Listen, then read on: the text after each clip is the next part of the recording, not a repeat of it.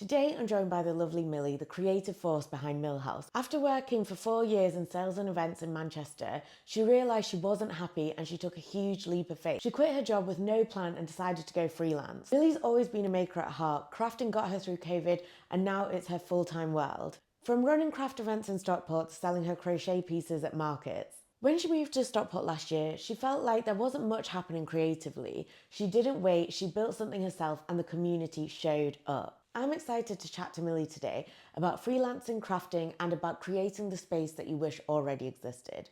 Thank you for joining me today. How are you doing? Yeah, I'm good, thank you. Good. Yeah, how are you? Yeah, good. How was your day? How's getting here? Good, yeah, chilling. Yeah, just Nice. got the bus. Yeah. Yeah. I've already said, but I literally love these earrings. They're so cute. Thank you. Yeah. Literally like £3 from Tiger. I love it. Yeah. Oh my God, I might have to get some. Yeah. I need to do more with like my accessories, so yeah. Nice. I love your rings though. Thank you. Earlier. Yeah, I love that. I never take them I take them off when I go to sleep and stuff, but they're like just a daily one. Yeah. I don't feel like I change up my accessories that much. So no, I don't. Yeah. Nice. That's why I was like, maybe I should get something like that going Yeah. on. Okay, so let's get started. Okay. What was the moment you realised that your job wasn't making you happy? I had a job for the past like year and a bit, and then there was like a couple of weeks where I was like not sleeping. I was like crying every day going into work, and I was like, I'm 25, this is not normal. Like, I just need to leave, so I did. Yeah. I was like, I think I was kind of thinking like anything is better than this. Yeah. Like, I'm too young to be feeling like this going into a job where you're supposed to enjoy it. Yeah. And I've had jobs that I've really enjoyed in the past, and so I know what it's like to enjoy work. And I was like, this is just not normal. So yeah, I was like, even if I have to do something like temporarily just to like pay bills, like just like a bar work or whatever, I was like, that'll be better than this. So yeah, I just handed my 4-week notice in. Yeah. I feel like that's something that so many people dream about when they're having a bad experience, isn't it? Can you talk about what made you feel like that in particular, or do you feel comfortable too? Basically, like someone I was working with was making me feel like really like not good in myself and in my job, and I was like losing a lot of confidence. I've typically been not to sound like big-headed, but I've typically been like very good at my job. Like I really enjoy my job, really enjoyed sales and events, and they were making me feel like I really wasn't good at it, and that there was loads of things that I needed to do differently when I've never kind of had that before, and it was kind of a bit unreasonable, and then the company was kind of not ideal as well. There was just like a lot of things going on, like a lot of different factors. So yeah, I was just not looking forward going in, was like receiving emails that were like making me really upset, was kind of like being micromanaged, which was also like not ideally how I like to work either. So yeah, just not ideal. Yeah, it's crazy because you spend so much time in work doing all these little things build up and then it does just get you so down. So I know exactly what you mean. Yeah, literally. When you went to spend like 45 hours a week there, like that's so much of your week. So when you're not enjoying it, it's like so impactful. Yeah, and it can really make you change your opinion of yourself, can't it? Because I've had that in a previous job where it made me feel way less confident and made me really question who I was, which, it was difficult. Yeah, so. and it's not okay. Like, you shouldn't measure yourself by how you do at work anyway, because you're so much more than your career or by your job or whatever you're doing. But because it is, like, it was really important to me, like my job is really important to me, and so it was really impactful. But yeah, that's something, isn't it, what you said there? Because I always think about that you shouldn't measure yourself or other people based on their jobs, because a lot of the time people don't choose their jobs, they kind of just fall into it, don't they? And it's funny because as a society, straight away the first thing that we ask someone is like, when we meet them, is like, oh, so what do you do? And I know it's just polite, but a lot of the time it doesn't really define who they are. But then also saying that, it is crazy because that's where they spend the majority of their time. So it would also be rude not to ask about that. Yeah, because it is such a big part of it. I was literally talking about this with someone the other day. They were saying when they go dating, it's so weird that like the first thing that you ask someone is, what's your job? And it's like, that's not me as a person. No. Like, ask me what I like to do, like ask me what my hobby is or something. Like, your job shouldn't define you, but it is such a big part, so it kind of does. It is such a funny one. Sometimes it can just make you feel like that is your life then. Definitely, especially because I worked in hospitality, so it can be like obviously more hours over Christmas, it can be quite like all consuming. So you do spend a lot of your time there, and there's a lot of time thinking about it, and then you get all your friends from there. So like when you're outside of work, you're thinking about it as well and talking about it. So yeah, it does just become a lot. So did you love sales and events? Yeah, I loved sales and events. So I started in hospitality, like as a server, host, bartender, manager, and then moved into like the sales and events side of it. And then over the past like year or so, I just loved the event. I love the event side of it more than the sales side of it. So like rather than like the admin-y like paperwork, like selling side, I loved like hosting events and bringing people in for events and like being there for the events and seeing what people have asked for like come to fruition. They've come in and said, oh, we want this, this and this, and then seeing it actually happen and seeing them happy with the event. So yeah, I definitely enjoyed the event side of it more. And then, yeah, I just started thinking more and more about that. Yeah. And is that how you got into freelance events as well? Because that was the part that you enjoyed. Yeah. I think I kind of thought I wanted to leave and figure out if it was the job that I didn't like or if it was where I was working or who I was working with. And then I kind of broke it down and thought about what I actually like about the job. And I do really enjoy events. I did really enjoy executing them and planning them and like being there for them and like meeting new people. So it was kind of incorporate that into something else and just doing events. So when you left, did you leave with a plan or? No. So obviously that's quite a big deal. Yeah. And what was kind of going through your head when that happened? I left with like 4 weeks notice, but because I had holidays, it was like I had to work like 2 weeks and then I had 2 weeks off. So I thought, right, I've got 2 weeks to figure something out. And then I've got 2 weeks I was actually on holiday for my dad's wedding. So I was like, I've got 2 weeks on holiday where I can either try and figure something out or have like my last chill before I have to again figure something out. And luckily my partner works in a venue in Manchester, so it was if I need that as like a backup, I can get some shifts there. So I was lucky because I knew I was going to be able to pay bills somehow, and like that's what I need. Like I just, as long as I can like pay rent, then like fine. I want to obviously do something that I enjoy. That's the point of leaving a job that I'm not enjoying. And so it was kind of trying to like piece everything together and figure that out. It's kind of like a quarter life crisis, like what do I actually enjoy?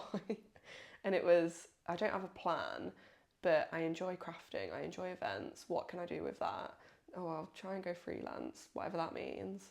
And then just reached out to like a few people who have been like really, really helpful and really lovely and like giving advice and giving help and like putting you in touch with the right people, and then just kind of like building on it from there. Amazing. Yeah, and then did you find it okay to find freelance work when you first started, or did it take some time to get the ball rolling? I say not when I first started, just because it's like the endless cycle of like, you know, when you're like 17 and you need work experience to get work experience, it's like that. I've got experience in events and I've got experience in all of these different things, but not specific freelance experience. So people kind of say, oh, what's your portfolio? What's this? What's that? And although you've got it within venue or within these like big companies, you've not got the specific freelance experience that they're thinking of. So you need someone to take a chance on you, or you need someone who like you've got a personal connection with that will like trust you with an event of theirs, which is also a big step for people as well. So I think to start with it was really tricky. Now it's definitely building, but I think I don't know if you'll ask like anyone in the freelance world, that it just goes up and down all the time, and that I'm still like very early on, like it's been 6 months. I'm still like building a portfolio, building like a client base, like building experience. There's still so many people that I could reach out to that I haven't yet, and so there's like so much that I can still hopefully do with it. It's definitely tricky. Yeah. And financially, that's a huge step to make, because I know you mentioned you just needed to make sure that you're covered for bills and rent, etc. Because I know that so many people think about this. So what was your process when you thought about going freelance and also starting your business, and how that worked with the finance side? I wouldn't have been able to do it if I didn't have the backup of working in a hospitality venue. So I can pick up shifts there if I need to, and I can, with hospitality you can do more shifts or less shifts, and you can kind of say your availability, so it's really flexible. Great. So I'd say having something like that as a backup, just so you've either got it if you need it, or so you've got kind of like the safety blanket and like the peace of mind.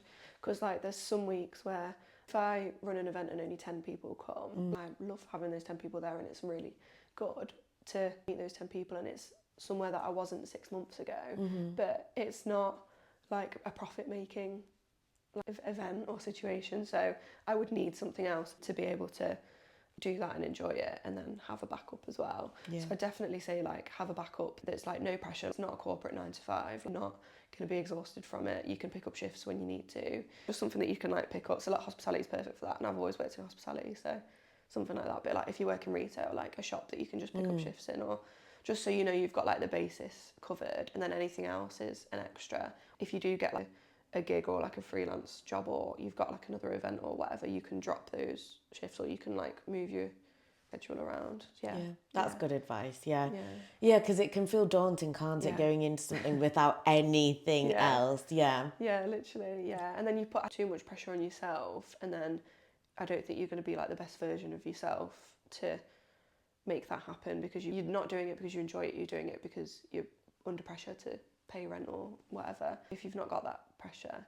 But it can be hard to obviously like find a hospitality job or whatever. I am very lucky that I do have that as a backup as well. How did crafting become a big part of your life? Is it something that you've enjoyed since you were a kid? I feel like I've been crafty as long as I can remember, but I don't know if I specifically was crafty as a kid. I don't know, I'd have to ask my parents. But since, I'd say it's been like a bigger part of my life since lockdown and since COVID, because we went into lockdown and I can't sit still. I have to be doing something all the time. Like I have to be productive. So I just tried like every craft that ever was in lockdown, and tried loads of different things, and was doing like YouTube videos on everything. Just throughout lockdown. So I think that was kind of like a blessing, is having that time to explore things and look at new things and like develop new skills that I probably wouldn't have if I was still working full time. Yeah. That's a nice trait to have, isn't it? Wanting to learn and grow. So what kind of crafts did you pick up then?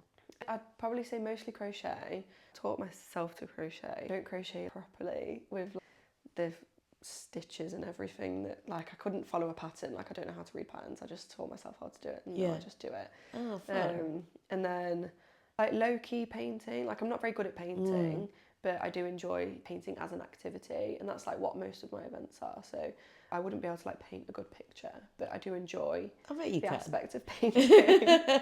And then like anything with like beads, so like a lot of bracelet making for like Taylor Swift Eras tour. That came in handy. And I did like punch needling. What's that? You get like a hoop, an embroidery hoop. I did embroidery as well actually. Embroidery hoop, and you put like fabric in it, and then you have like a bit like a needle with like yarn in it or fabric in it, and then you just punch it through the fabric. Oh, nice. But it's like stays in it, so you make like a pattern on it. You make like wall hangings or like things from it. I follow someone on Instagram and she does like pigeons out of it. And it's like really cool. Yeah, that's really cool. Yeah, that sounds really good. I quite like a craft. Similar to you, in lockdown I was just so bored, and then I started paint by numbers, and then I was like, oh, maybe I'll do some painting. So I like to do that from time to time. It's always nice, isn't it, when you see the end product, and also even doing it feels quite nice because it's quite calming. I just like keeping my hands busy. I feel like I'm always like on my phone or like watching telly. So like it's just a lot of screen time. Yeah. So like if I'm crocheting, at least I can't be on my phone. Even if I'm watching telly, it's not like double screens. Yeah, I heard someone, I think it was another podcast, but they were talking about how they overheard someone saying the other day that they're going to raw dog a film. Which just means watching a film without being on your phone. Oh my God, that's insane. Yeah. So it's my friend's podcast, Millennial Musings, and she was saying about overhearing that, and I was like, that is crazy, because that shows like how much screen time we really have, because we have a big screen, and then we have a little screen, and then we might have like another thing that we're looking at as well. That's crazy. I do get it though, because like I don't think I ever raw dog a film, because I'm always doing something when I'm watching a film. But it is crazy. Like, why can't we just sit and watch a film? Whereas like back in the day, I guess that is what people would do. They would just sit and watch a film. Yeah, literally, and it's such a normal thing to do. I feel like now I have to go to the cinema to definitely. watch film, because then you're like forced to not do anything or like, sit on your phone or anything. It's mad. It's silly. What would you say is the hardest part of being freelance and owning your own business? Just one. You can say multiple. I'd say the financial aspect of it is the most prominent because Cosy lives as well. Yeah. Obviously the cost of things going up. Some of the day oh, it's fine because we get paid at the end of the month, and I was like, I don't get paid at the end of the month. Yeah. I just get paid obviously ad hoc and randomly and throughout the month, and you might be waiting for an invoice to come through or something. Yeah. So I think that aspect is probably the hardest, and it's a lot in money management. So pots have been a lifesaver because I'll try and put things aside, but then I've had to get an accountant because you have to sort your own taxes and national insurance and everything. So it's just things that you don't want to think about because it's to me it's just dead boring, and I'm not numbers focused, but you've got to think about it and you've got to kind of sort that stuff out. So I'd say that's probably the hardest bit. Quiet month, or you could have a really busy month, and if you've got a busy month you don't really have a busy month because you have to put it aside in case you then have a quiet month. So I think it's managing that, and because I'm still really early on, it's not consistent yet. So I'd say that aspect is definitely the hardest, but then in the future it could be the best as well, because if I get busier and I'm working more events, or I become more experienced, so you have a higher rate and whatnot, you could be making more money than I was when I was on a regular salary. That's definitely the biggest struggle at the moment, but it could be a big positive in the future. That's a nice way to view it. Yeah, hopefully. A lot of people do say that about freelancing because they feel like they're constantly chasing invoices and things don't get paid when you think it's going to be. Yeah, definitely. And I totally feel you on the money part because I got taxed way more than I thought I would do in the past couple of months. And there was part of me that I was just really wanted to bury my head in the sand and didn't want to understand why. And then I was like, no, I do actually need to figure out why I'm not getting what I thought I would. And it's just all that admin, being on the phone to HMRC, and you're I really don't want to be doing this. Even when you do find out, you still don't truly understand. I'm I don't understand. That's why I got an accountant, because I was I tried to do it myself, looked at the numbers, and I was I actually don't want to do this. And it's going to be so much easier for someone who's really knowledgeable on it. It's literally with me, you'd hire me to do an event because I'm enjoy it and more knowledgeable on it. So I was right, I'm going to hire you to do my accounts because you enjoy it and you're more knowledgeable on it. So it just makes more sense. And I'm going to spend more of my time on it than it's worth. So I was no, I just can't do it. Sounds so fancy to have an accountant, doesn't it? It's so silly. It's I'm an actual grown-up. Yeah. What is going on? Do you feel like the age that you are was a good time to take this leap, do you think? Yeah, I feel if I didn't do it now, I probably never would have. I feel I've got a lot of work experience after uni. I feel I'm quite experienced in the world, even though I am I'm 26, so I'm still young, but I'm not young. Yeah. And I feel if I didn't do it now, I might have got to 30s or my 40s and been in maybe a corporate job or in a 9-to-5 or working somewhere that I didn't want to work, and I would have been oh, I could have just tried that 15 years ago, but now I've got a mortgage, or now I've got this, or now I've got this, so I can't take that risk.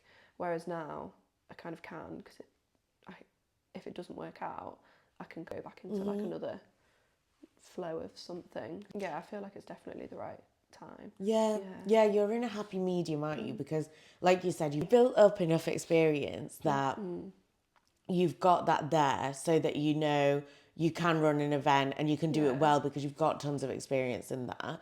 But then like you said, you're not at the place where you have so many other financial burdens on yourself that it would be too hard to just quit and try it.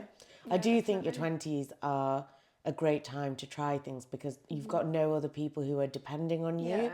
Whereas when you start having people who financially depend on you, that makes things harder. Yeah, and you've got if you have less freedom of your time as well, then it makes it so tricky because it is so time consuming. Yeah, isn't it? Yeah, you go from working a 40-hour week to working a 60-hour week. Yeah, literally. For less money as well. Yeah, for less money, I'll be at home and I'm not technically working, but I'm making TikToks, or I'm doing socials, or I'm doing research into something, or I'm making something on Canva, and it's I'm not being paid for this, but obviously you have to do it to try and make money from an event or from selling tickets for something or whatever you're doing. Yeah, exactly that, because it does. You're sitting there and you're having fun doing Yeah. it because I know exactly what that's like, but you're also thinking this is still work. Yeah, definitely. Yeah. Yeah. Yeah, like if you were being paid like by the hour, Yeah. it'd be different. Are you from Manchester? No, I'm from near Nottingham. Yeah. So I moved to Manchester in 2017, 2018 for uni. I did uni for 3 years and then just stayed here. So I lived in like halls and stuff in uni, and then moved to Salford for a couple of years, and then moved to Stockport at the beginning of January. Nice. Yeah. Welcome to Yeah, Stockport. thank you. How are you liking it? Really good, yeah. Good. Yeah, I really like it. Yeah, I think Salford was really good because like, I live with a couple of girls who went to Salford uni, so like it was a really good location. It was near where I used to work. It was near town. It was like a stunning house. So I think that was like exactly what we needed at the time. And when we were looking, we actually looked at Stockport, well, in Reddish, because we've got another friend who lives here.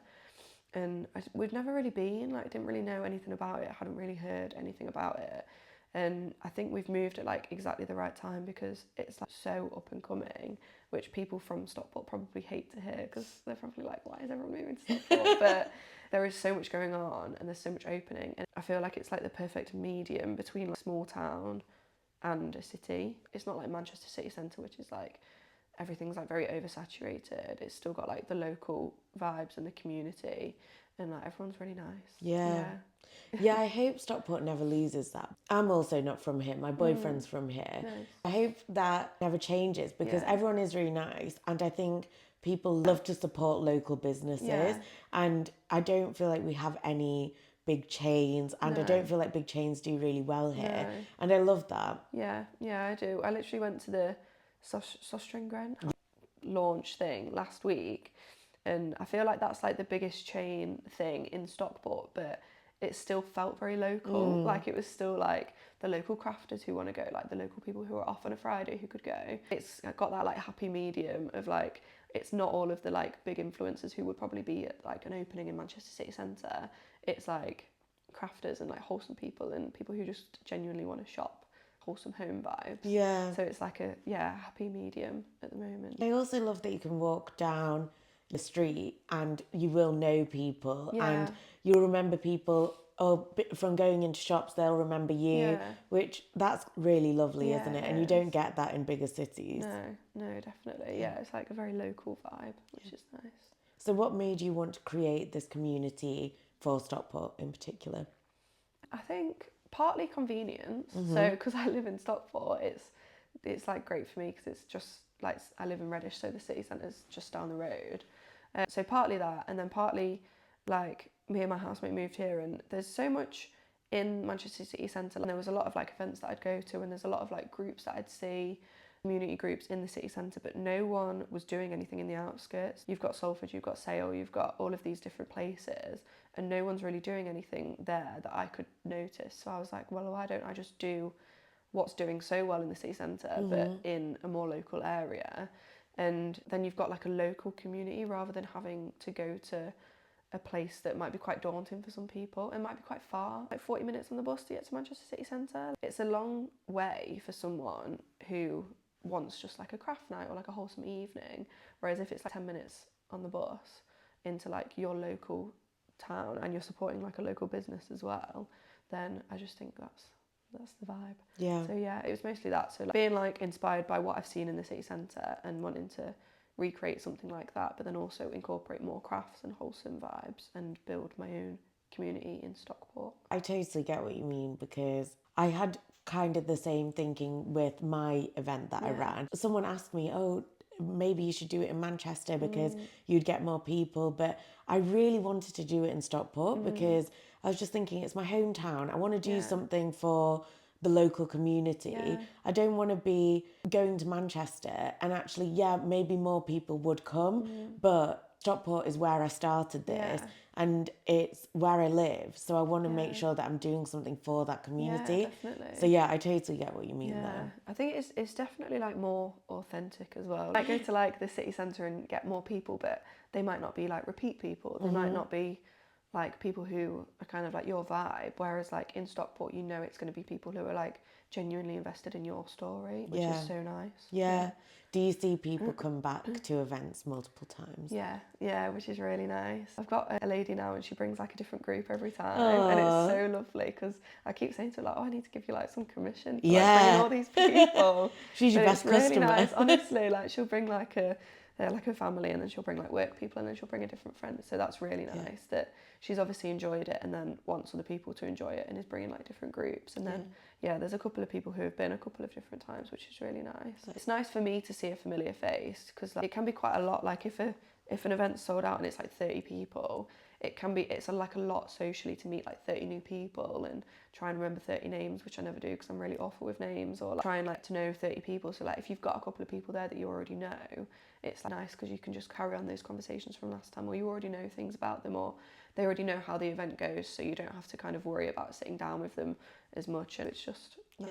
It's really touching, isn't it? Because it's touching even thinking that people have made that effort to come to your event, especially when you're a small business or you're more creator. You never think that people are going to take the time out of their day to come, and when they do, it's the most exciting thing in the world, isn't it? Yeah, literally every time like a ticket notification comes through, I'm like, oh, yeah, like it's like a little like dopamine rush. I remember doing my event and standing there and just being like, I actually can't believe that this many people came.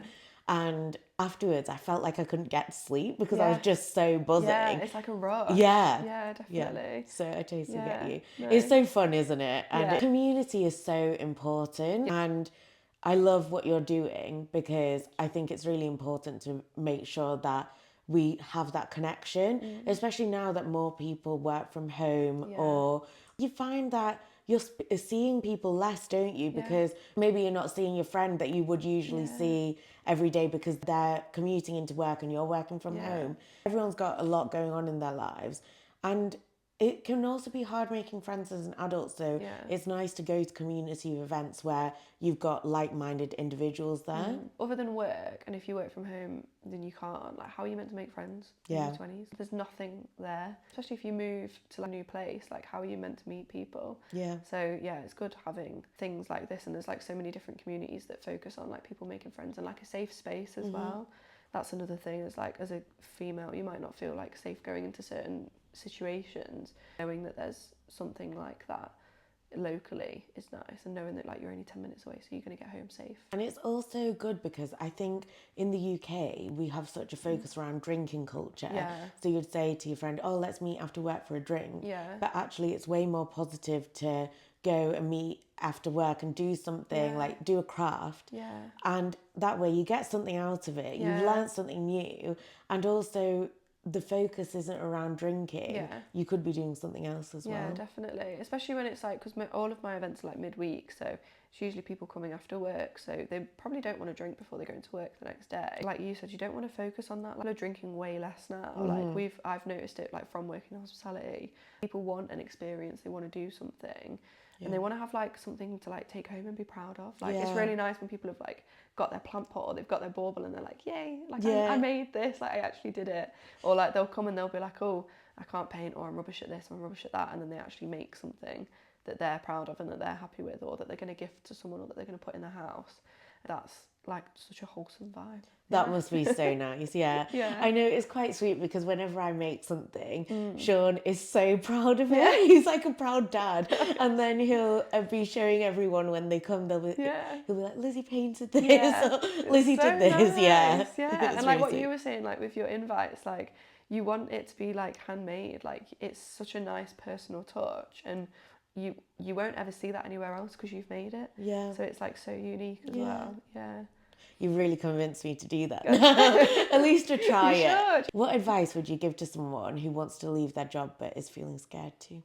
I'd say definitely just do it. If you're not enjoying your job, then it does have such an impact on you. You'll realise that you'll be such a different person after.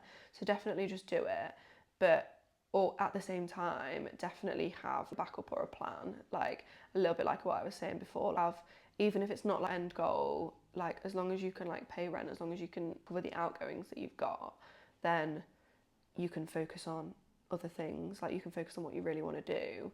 So yeah, just do it. Yeah. Like, and if it doesn't work, then just get a different job. Like, obviously it's not as simple as that, but sometimes it is as simple as that. Like, just try it, and if it doesn't work, try something else, because you never know what will happen. I thought I'd maybe be able to do like one event a month. That was hope. Like at my first event, like all of my friends came. Like I was like, this is so lovely that everyone's like supporting, but then like actual strangers were there as well, and I was like, what is going on? How are these people here and they don't even know me? They just like putting this trust in me to provide an event kind of thing.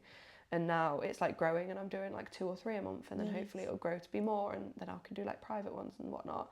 Just do it, because you never know what will happen, and if it doesn't work, then like try something else or do something else, or I love that. Thanks. Have you ever regretted it or no? No, not yet. It's been 6 months. Good. That shows a lot then, doesn't it? Yeah, definitely. Yeah. It definitely still shows early it was the on. right thing to do. Yeah, I'm so much happier now than I was like 7 months ago or 8 months ago. So yeah, definitely no regrets yet. Well done. I'm so proud of you. I can you. imagine that was such a scary thing to do. You. Yeah. But you made so yourself good now. happier, and that's Yeah. what really matters. We're going to do rapid fire question Okay. round. What's your favourite place in Stockport? Oh, I feel like I definitely have to give a shout out to Alfredo's, because that's who hosts my events. And when I started, I definitely said, I'm not going to buy a pizza every week, and every week I get pizza, just because it's just so nice. And I've staff heard are the lovely. pizzas are so pizzas good just there. So good. Which Yeah. pizza are you getting? I get the Parma ham one, which is like a white base, and then like cheese and meat on it, which is so nice. But then the cheesy garlic bread is also a winner. Alfredo's is stunning, and stunning people, stunning venue. But then, not event one, I'd say Sticky Fingers. Yeah, I haven't been to their new cafe, have you? I've not been to the new one, no. I actually only recently tried it for the first time, and I've been like 3 times since. I'm obsessed with the cinnamon buns. So, so good. I need to actually try that new cafe, because it does look amazing. Go-to coffee order?